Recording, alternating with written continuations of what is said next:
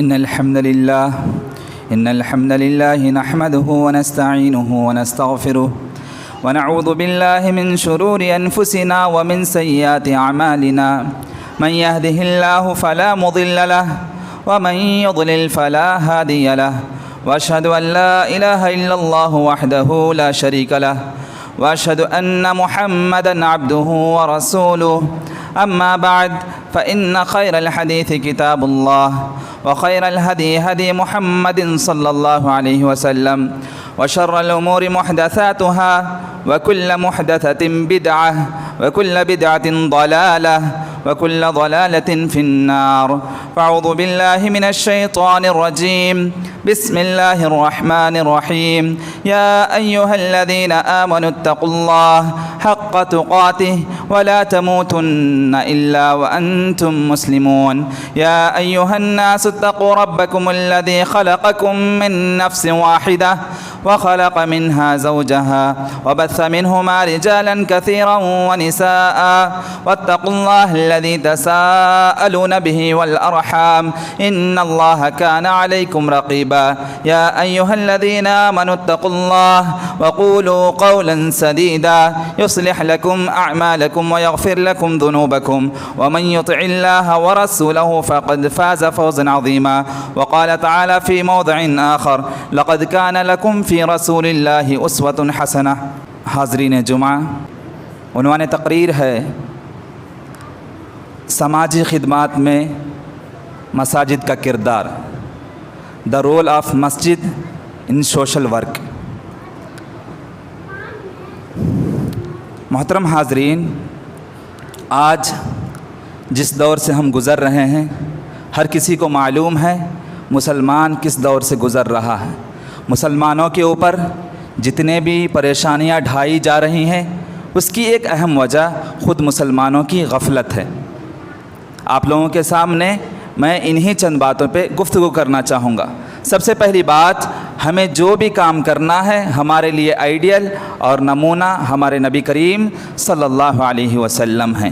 اب ہم اگر ہمارے معاشرے کا جائزہ لیں تو ہمارے معاشرے کا تعلق، ہمارے نوجوان طبقے کا تعلق، ہمارے مسلم نوجوان طبقے کا تعلق، ہمارے مسلمانوں کا تعلق مسجد سے کتنا ہے؟ مسجد سے ہمارا کنیکشن کتنا ہے؟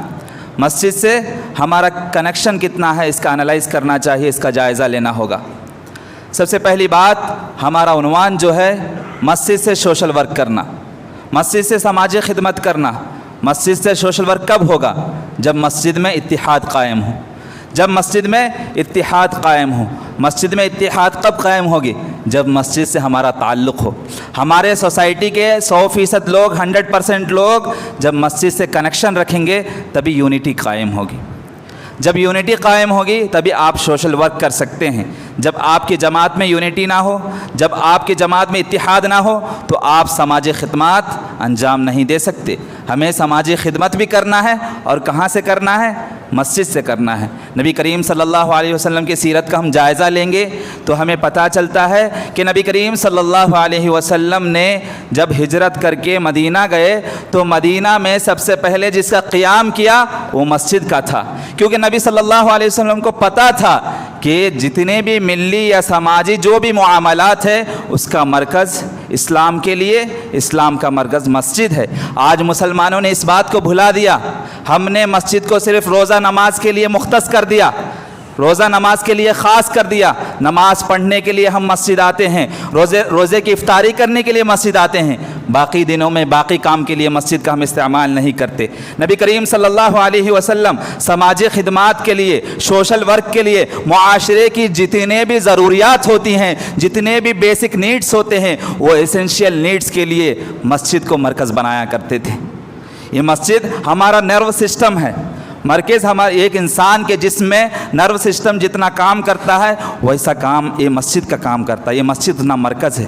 مسجد انسان کے دل میں، انسان کے جسم میں جس طریقے سے دل ہے، ہارٹ کا جو کام ہوتا ہے، جب انسان کے جسم میں یہ دل اگرچہ دھڑکنا کم ہو جائے، دل کا دھڑکنا بند ہو جائے، یا دل میں بلڈ کا جو سرکولیشن ہے، ہارٹ پمپنگ جو کرتی ہے بلڈ کو، وہ کام رک جائے تو جسم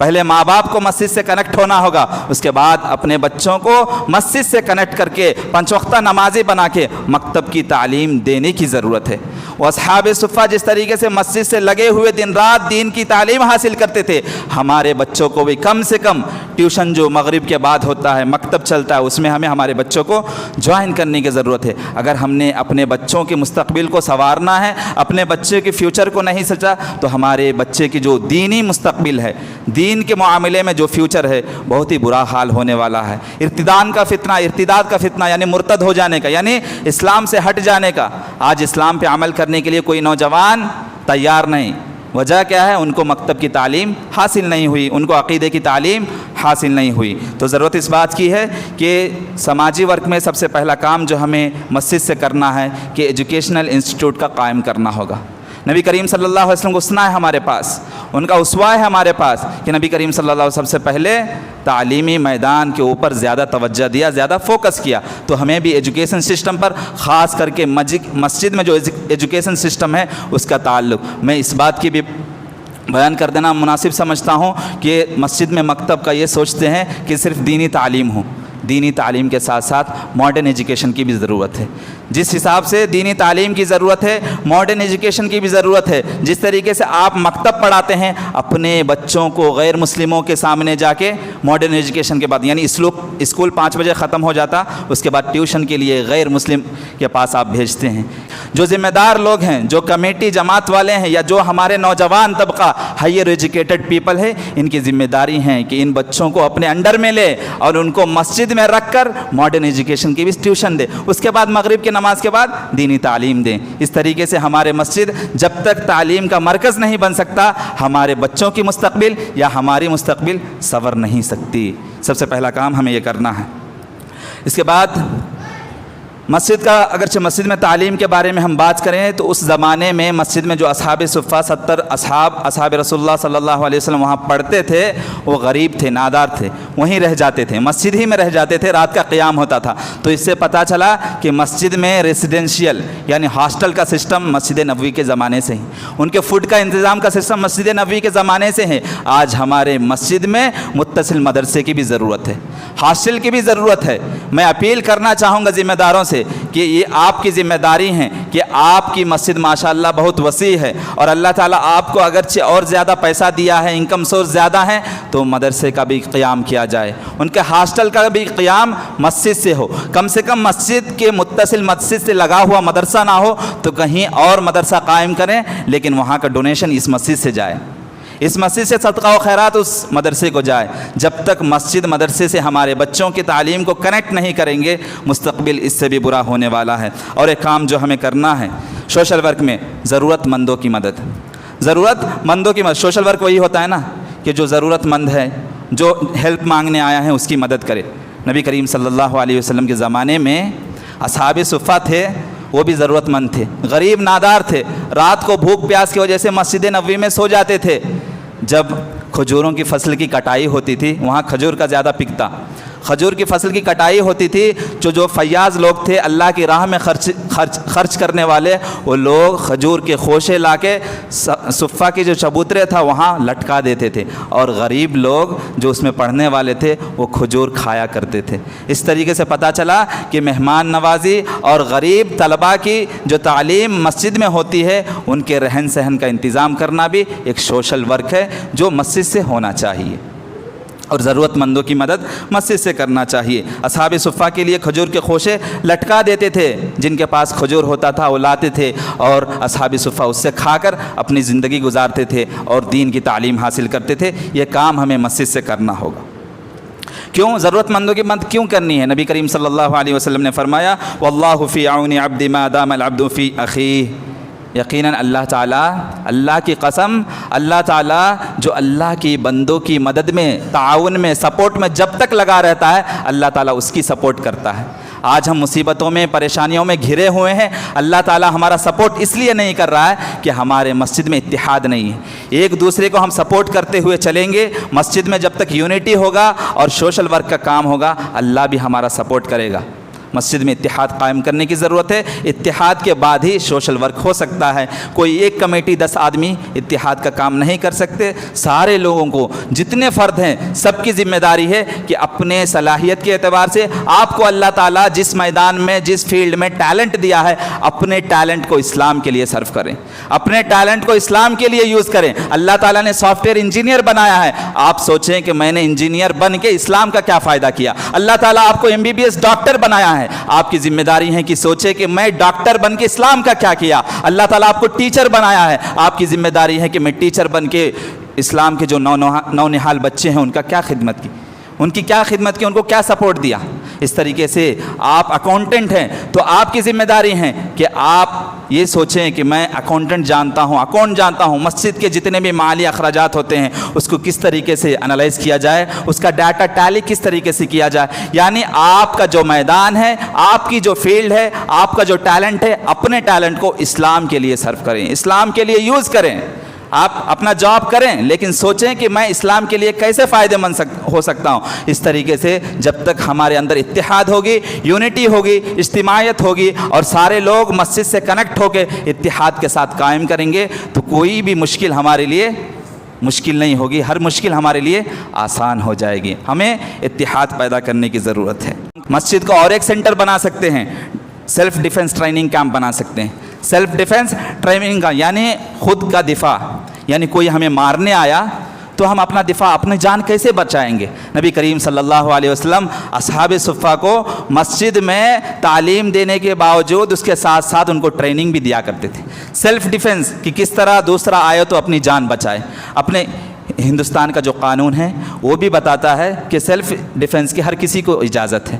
سیلف ڈیفنس کرنے کی ظاہر سی بات ہے, آپ کے جان کو خطرہ ہوگا تو آپ اس کا سیلف ڈیفنس تو کریں گے نا. تو سیلف ڈیفنس کی جو ٹریننگ کیمپ ہوتی ہے مسجد میں چلانے کی ضرورت ہے. نبی کریم صلی اللہ علیہ وسلم سیرت سے ہمیں پتہ چلتا ہے کہ نبی کریم صلی اللہ علیہ وسلم سیلف ڈیفنس کا جو ٹیکنک ہوتا ہے وہ بھی اصحاب کو سکھاتے تھے. تو ضرورت اس بات کی ہے کہ ہمارے نوجوانوں سے اپیل کرے گا کہ یہ قوم کی ذمہ داری آپ کی ذمہ داری ہے. قوم کے جتنے بھی پرابلمس ہیں اس کے سولیوشن کی ذمہ داری زیادہ سے زیادہ مسلم نوجوان کی ذمہ داری ہے. ہمیں سوچنا ہوگا, ہر مسلم نوجوان کو سوچنا ہوگا کہ میرا فٹنس کیسا ہو, میرا ہیلتھ کیسا ہو. اگرچہ میں ہیلدی ہوں, میری جم باڈی ہو, اگر میں فٹنس ہوں تو میں کس طریقے سے میری طاقت اسلام کے لیے کام آئے. آپ کی باڈی جم باڈی ہے, آپ دوسروں کو بھی فٹنس کے بارے میں بولیں. اس طریقے سے فٹنس کیمپ بھی, اس کی بھی ورکشاپ مسجد میں ہونی چاہیے. نبی کریم صلی اللہ علیہ وسلم جو بھی اصحاب صفے پہ یعنی چبوترے پہ اس پلیٹ فارم پہ پڑھتے تھے ان کو سیلف ڈیفنس کی تربیت بھی, تعلیم بھی دیتے تھے. اسی طریقے سے ہمارے معاشرے میں مسلم نوجوان میں ایسے بھی ٹیچرز ہونے چاہیے جو ان کو مارشل آرٹ سکھاتے ہوں, جو ان کو کنفو سکھاتے ہوں, جو ان کو کراٹے سکھاتے ہوں, جو ان کو ٹائیکوانڈو سکھاتے ہوں. کیوں؟ سیلف ڈیفنس ہے بھائی. آپ کو کوئی مارنے آیا تو آپ کو بچانا لازمی ہے نا. اپنی جان کو بچانے کی خاطر سیلف ڈیفنس کرنا ہوگا. تو ہمارے مسلم نوجوانوں کو, ہر کسی کو فٹنس رہنے کی ضرورت ہے اور مارشل آرٹس جو ضروری ہے, یا اپنے آپ کو کم سے کم ایسی چیزوں کی کھانے کی ضرورت ہے جس سے بیلنس ڈائٹ ہو اور ہمارا فوڈ پوائزن نہ ہو. ایسے فوڈ کا استعمال کریں, بیلنس ڈائٹ کا استعمال کریں جس کے ذریعے ہم ہیلدی ہوں اور دوسروں کا بھی سپورٹ کریں. تو مسجد کا ایک سوشل ورک یہ بھی ہو سکتا ہے کہ ہم اپنے نوجوان ساتھیوں کو لے کر, ہمارے مسلم میں کوئی مارشل آرٹس جانتے ہوں تو فجر کی نماز کے بعد ان نوجوان بچوں کو مارشل آرٹ سکھائیں, کراٹے سکھائیں, کنفو. کیوں؟ سیلف ڈیفنس کے لیے. ہمارے معاشرے میں اچانک کوئی حملہ ہو جائے تو بچائے گا کون؟ یہ مسلم نوجوان ہی بچانے والے ہیں. تو ان کی فکر کون کریں گے؟ مسجد کی کمیٹی, مسجد کی لوگ ہی ان کی سیلف ڈیفنس کی فکر کریں گے. تو سیلف ڈیفنس کی ٹریننگ کیمپ بھی مسجد میں ہوتی رہنی چاہیے. جب آپ سیلف ڈیفنس کا نام لے کر کام کریں گے کوئی آپ کا کچھ نہیں کرے گا. قانون, ہمارا حق ہے سیلف ڈیفنس کرنا, ہمارا حق ہے. یہ ٹریننگ کیمپ بھی مسجد میں ہونی چاہیے. اور اسی طریقے سے فٹنس ٹریننگ سینٹر بھی قائم ہونا چاہیے. Fitness training centre. نبی کریم صلی اللہ علیہ وسلم بار بار صحابہ کو ورزش کی ترغیب دیتے تھے کہ تم اپنے باڈی کو تندرست رکھو. نبی کریم صلی اللہ علیہ وسلم کی نصیحت ہوتی تھی کہ تم ورزش کرو, تم ایکسرسائز کرو. یہ نبی صلی اللہ علیہ وسلم کی نصیحت ہمیشہ ہوتی تھی. اور نبی کریم صلی اللہ علیہ وسلم خود تندرست تھے, اچھے ریزلر تھے, اچھے پہلوان تھے. نبی کریم صلی اللہ علیہ وسلم اس زمانے کے مشہور ریزلر جو تھا اس کو بھی پچھاڑا تھا.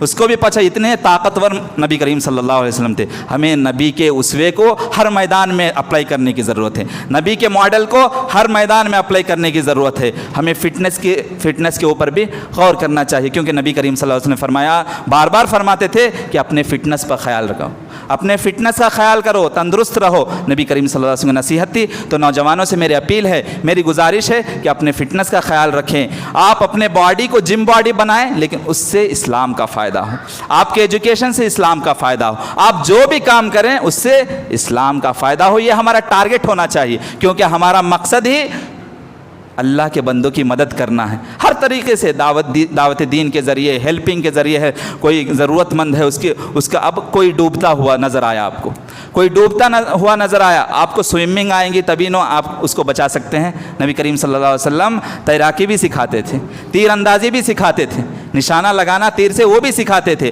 تو یہ سب چیزیں نبی کریم صلی اللہ علیہ وسلم نے یہ سب کہاں سے سکھائی ہیں؟ مسجد نبوی سے سکھائی گئی. تو مسجد نبوی سے جو کام کیا گیا, اس وقت مسجد نبوی تھا. آج ہمارے علاقے کے جو مساجد ہیں وہاں سے ہمیں سوشل ورک کرنے کی ضرورت ہے. اسی طریقے سے نبی کریم صلی اللہ علیہ وسلم سیلف ڈیفنس ٹریننگ پلاننگ بھی کر سکتے تھے, یعنی اپنے سیلف ڈیفنس کیسا کریں گے اس کی پلاننگ کرتے تھے. جنگ تبوک کے موقع پر نبی کریم صلی اللہ علیہ وسلم, جنگ تبوک کے موقع پر یہ ہوا کہ مسلمان کے پاس, ہر کسی کے پاس ویپنس نہیں تھا. جتنا ویپنس ضرورت ہے اتنے ویپنس نہیں تھے, اور پلاننگ دیا کہ پیسہ جو مالدار ہیں وہ پیسہ دے. ابو بکر رضی اللہ عنہ اپنے گھر میں موجود ہر مال کو نبی کریم صلی اللہ علیہ وسلم کے سامنے لا کے رکھ دیتے ہیں. حضرت عمر فاروق رضی اللہ عنہ جنگ تبوک کے موقع پر, وہ ایسا سچویشن ہے, کریٹیکل سچویشن ہے, کیونکہ ہمارے جو دشمن ہیں وہ اسلام کا خاتمہ کرنے کے مقصد میں ہیں. کریٹیکل کنڈیشن ہے, نبی نے مدد مانگی, سپورٹ مانگا. ابو بکر رضی اللہ عنہ ان کے گھر میں موجود سارا سامان لا کر اسلام کے لیے وقف کر دیتے ہیں. عمر رضی اللہ عنہ ان کے گھر میں موجود آدھا سامان لا کر دے دیتے. کیوں؟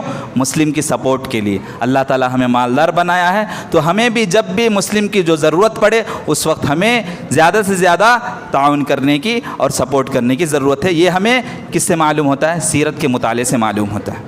اور ایک کام جو مسجد سے ہونا چاہیے وہ یہ ہے کہ ہاسپٹلائزیشن, شفا خانہ. نبی کریم صلی اللہ علیہ وسلم کے زمانے میں جب بھی کوئی جنگ میں زخمی ہو جاتا, کسی کو تیر لگ جاتی, کسی کو تلوار سے زخم ہو جاتا, تو نبی کریم صلی اللہ علیہ وسلم ان کے لیے فرسٹ ایڈ کا کیمپ, نرسنگ ہوم کی بھی خیمہ لگایا ہوا تھا. جیسا کہ جنگ خندق میں, غزوہ خندق میں نبی کریم صلی اللہ علیہ وسلم کے صحابی سعد بن معاذ رضی اللہ عنہ کو تیر لگ گیا.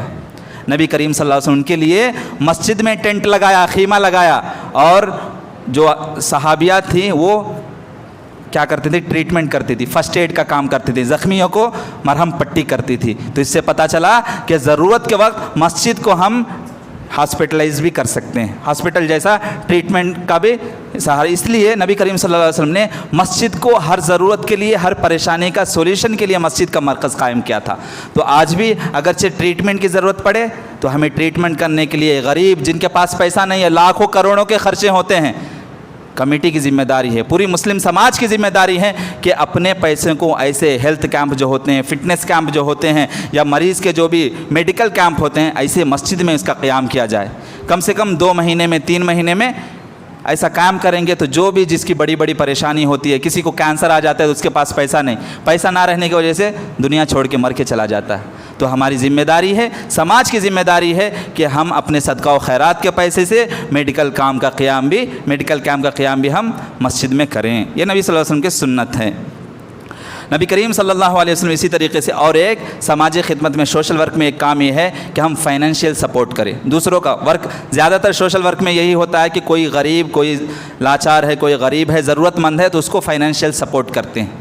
تو ایک ایسی بھی کمیٹی اس میں ہونی چاہیے جس میں مالدار طبقہ ہو اور اس میں صدقہ و خیرات کا پیسہ آتا تھا, اور اس کے ذریعے ضرورت مند جو بھی آتے ہیں, چاہے وہ بیماری کے پیسے کے لیے یا چاہے وہ لڑکی کے شادی کے پیسے کے لیے, جو بھی ضرورت ان کی ہوتی ہے, اگرچہ شرعی اعتبار سے صحیح ضرورت, درست ضرورت ہے ان کا, تو ہمیں اس سے سپورٹ کرنا چاہیے. اس طریقے سے مسجد سے سوشل ورک ہونے کی ضرورت ہے.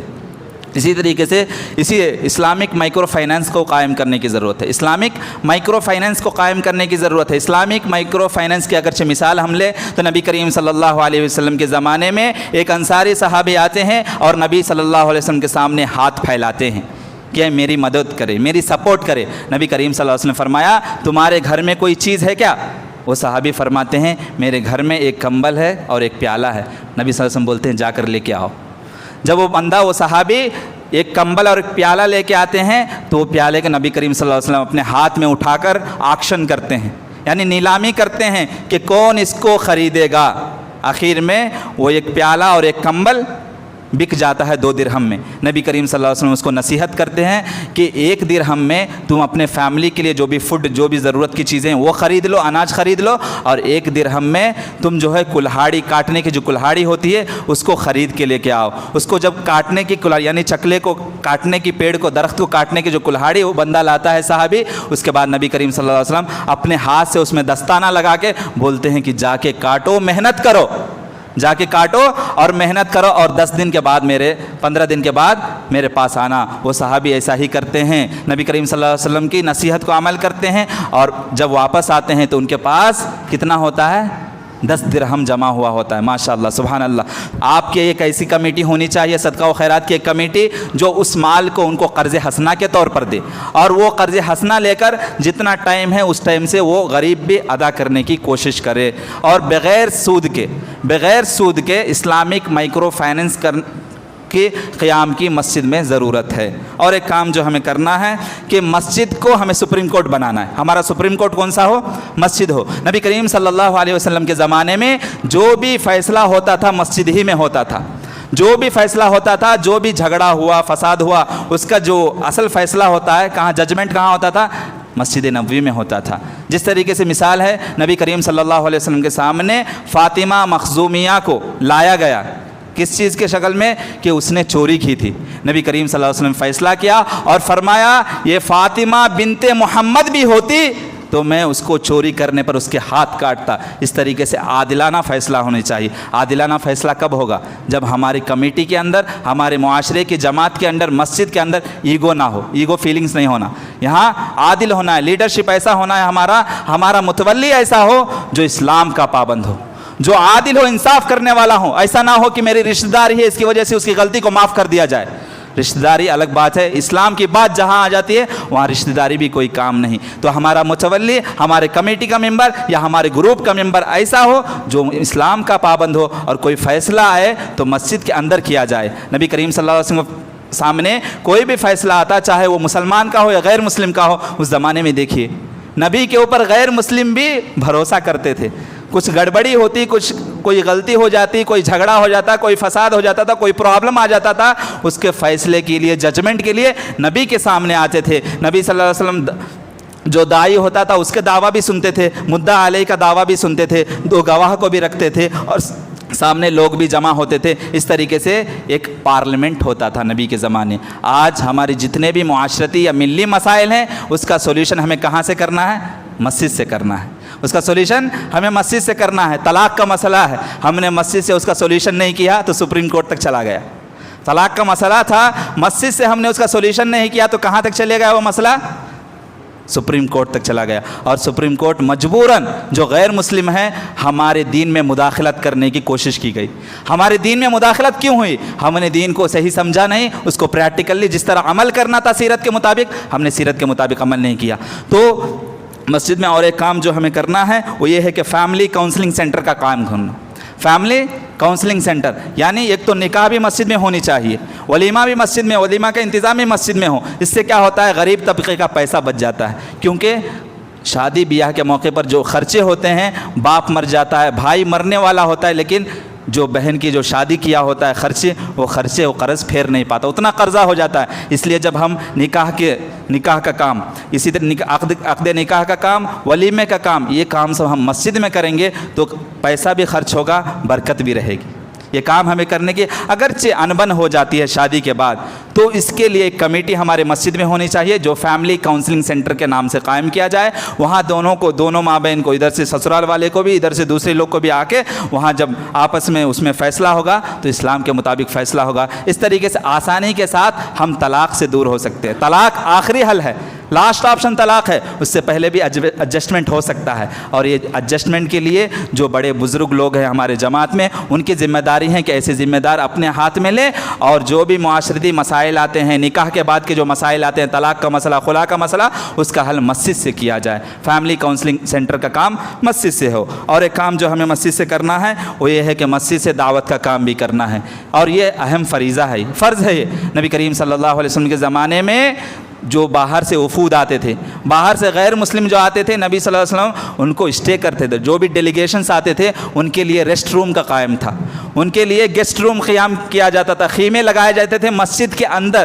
اس سے پتہ چلتا ہے کہ غیر مسلم کو ہمیں مسجد کے اندر آنے سے روکنا نہیں چاہیے۔ تو ہمیں کام کیا کرنا ہے کہ سماجی خدمت میں سب سے بڑی خدمت یہ ہے کہ دوسرے جو غیر مسلم اسلام سے دور ہے ان کو اسلام میں لا کر ان کو جہنم کی آگ سے بچا جائے۔ اس سے بڑی سماجی خدمت کوئی نہیں ہو سکتی، اس سے بڑا سوشل ورک کوئی نہیں ہو سکتا کہ غیر مسلم جہنم میں جانے والے کو آپ دعوت کے ذریعے مسجد وزٹ پروگرام کیا جانا چاہیے۔ مسجد وزٹ پروگرام، آپ غیر مسلم کو مسجد میں دعوت دیں، ان کے لیے ایک وقت کا کھانے کا انتظام کریں، اور پوسٹرز لگائیں اسلام کے بارے میں، آپ ان کو مدعو کریں، مسجد وزٹ کا کام کریں، مسجد درشن کا جو لیبل لگا کے ان کو وزٹ کریں مسجد میں، اور ان کو نماز کیا ہے، روزہ کیا ہے، اسلام کیا ہے، ان کی مادری زبان میں، کیونکہ آندھرا ہے تو تیلگو زبان میں آپ کو، تیلگو زبان میں غیر مسلم کو اسلام کے پوسٹرز لگا کے ان کو سمجھانا ہوگا کہ تمہارا رب کون ہے، اسلام کیا ہے، کیونکہ میڈیا جو دکھاتی ہے وہ غلط ہے، وہ پروپیگنڈا ہے، وہ اسلام کو برباد کرنے کی کوششیں ہیں۔ اصل اسلام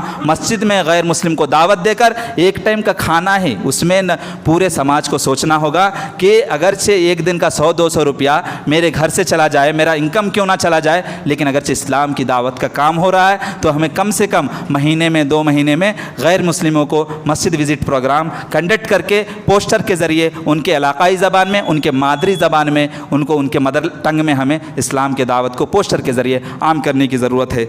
اور آخر میں جو اصل کام کرنا ہے وہ ہمیں سروے کرنا ہوگا۔ ہماری ایک کمیٹی ہو، سروے کمیٹی ہو، وہ کمیٹی کیا کرے گی؟ ڈاٹا کلیکٹ کرے گی۔ کیسا ڈاٹا؟ کہ ہمارے محلے میں کتنے گھر ہیں، ہمارے محلے میں کتنے گھر ہیں، ہمارے محلے میں کتنے مالدار ہیں، ہمارے محلے میں کتنے ایجوکیٹڈ پرسن ہیں، ہمارے محلے میں کتنے لائرس ہیں، ہمارے محلے میں کتنے ڈاکٹرس ہیں، ہمارے محلے میں کتنے سافٹ ویئر انجینئرس ہیں۔ اس کا ڈاٹا کلیکٹ کریں تاکہ آپ کو ضرورت کے وقت ایسے ٹیم بنا کے آپ اس کا صحیح استعمال کر سکتے۔ کیونکہ اچانک کوئی وائرس آ گیا، آپ کے پاس ڈاٹا نہیں کہ مسلمس کتنے ڈاکٹرس ہیں، آپ کوئی کام نہیں کر سکتے۔ اگرچہ آپ کے پاس پہلے سے آپ کے معاشرے کا ڈاٹا ہو کہ ہمارے پاس 10-15 MBBS ڈاکٹرس ہیں، MDs ہیں، آپ فوراً ان کو کال کریں گے، ایک ٹیم مینجمنٹ کے ذریعے ٹیم ورک کا کام کریں گے، اور آسانی کے ساتھ غریب مسلم جو بھی ہے ان کا کام آسانی کے ساتھ پیسہ ان کا بچ جائے گا، بڑے ہاسپٹل رخ کرنے کی ضرورت نہیں ہے۔ تو جو جس کے میدان میں ہے، جو جس فیلڈ میں ہیں، ٹیلنٹڈ پرسنز ہیں، وہ یہ سوچیں کہ میں اسلام کا کیا کر سکتا ہوں، میں اسلام کا کیا کر سکتا ہوں۔ جب یہ آ جائے گی، اور ہم جو چنتے ہیں، جو کام کرتے ہیں، ہم کوئی کمیٹی بناتے ہیں، کوئی کمیٹی آرگنائز کرتے ہیں، تو کمیٹی آرگنائز کرتے وقت 5 چیزوں کا خیال رکھنا ہے۔ پہلا یہ کہ میں جو لیڈرشپ جس کے ہاتھ میں دے رہا ہوں اسلام کا پابند ہے یا نہیں، وہ خود نماز نہیں پڑھتا، اس کی بات کی کیا عمل کریں گے؟ اس لیے جو ہماری کمیٹی کا ممبر ہو اسلام کا پابند ہو۔ دوسرا کام جو کرتا ہے، اور لیڈرشپ بہتر یہ ہے کہ لیڈرشپ آپ کا قائد کوئی امام ہو، کوئی موحد امام آپ کا قائد ہو۔ آپ اگرچہ مشورہ بھی کریں، آپ کی کوئی کمیٹی بھی ہو، لیکن آپ کو مشورہ دینے والے درست مشورہ وہی دے سکتا ہے جو اسلام کو صحیح طریقے سے سمجھتا ہے۔ تو آپ کی کمیٹی ممبر میں علماء کی بھی ضرورت ہے۔ کم سے کم آپ کے گاؤں میں علماء نہیں ہیں، دوسرے بڑے جو کبار علماء، بڑے علماء ہیں جو اسلام کو صحیح طریقے سے جانتے ہیں، ان کو اپنے مشیر بنائیں، ان سے مشورہ لے کے ہماری یہ کمیٹی ہے، یہ کام کرنا چاہتی ہیں، یہ صحیح ہے غلط ہے۔ اس طریقے سے پہلا ہمارا جو لیڈرشپ ہو وہ کیسا لیڈر ہو؟ لیڈرشپ مسلم کے ہاتھ میں ہو، سچا مسلم کے ہاتھ میں ہو، جو اسلام کا پابند ہو۔ دوسرا کام ٹیم ورک، جب تک اتحاد نہیں ہوگا، یونٹی نہیں ہوگا، کوئی کام نہیں کر سکتے۔ اور یہ 10 لوگ جو کمیٹی میں ہوتے ہیں ان سے کوئی کام نہیں ہوتا، بلکہ مسجد میں جتنے لوگ آتے ہیں سب مل جل کے کام کریں گے۔ جب بھی آپ کو بلایا جائے کہ سوشل ورک ہمیں کام کرنا ہے، اگرچہ کمیٹی والے آپ کو کال کر کے بلا رہے ہیں، آپ پہ فرض بنتا ہے کہ آپ اٹینڈ ہوں۔ آپ اٹینڈ ہو میٹنگ میں اور سوچیں کہ میرے سے اسلام کا کیا فائدہ ہوگا۔ آپ ڈاکٹر ہیں، سوچیں میرے سے کیا فائدہ ہوگا۔ آپ انجینئر ہیں، سوچیں میرے سے کیا فائدہ ہوگا۔ آپ ٹیچر ہیں، آپ سوچیں کہ اسلام کا کیا فائدہ ہوگا۔ جب بھی میٹنگ ہو 10 آدمی کی میٹنگ نہیں، جیسے آپ جمعہ میں جمع ہوئے ہیں، ہر دن اسی طریقے سے میٹنگ ہونی چاہیے. ہر دن میٹنگ ہونے کی آپ کو کال کرنے کی ضرورت ہے. 5 وقت کی آپ نماز کی پابندی کریں گے الحمدللہ اسی طریقے سے ہر مسئلے کا حل ہو جائے گا. ہر نماز کے بعد اگرچہ کوئی میٹنگ 5 منٹ بیٹھی، ارے اسلام کے لیے، دین کے لیے آپ 5 منٹ نہیں دے سکتے؟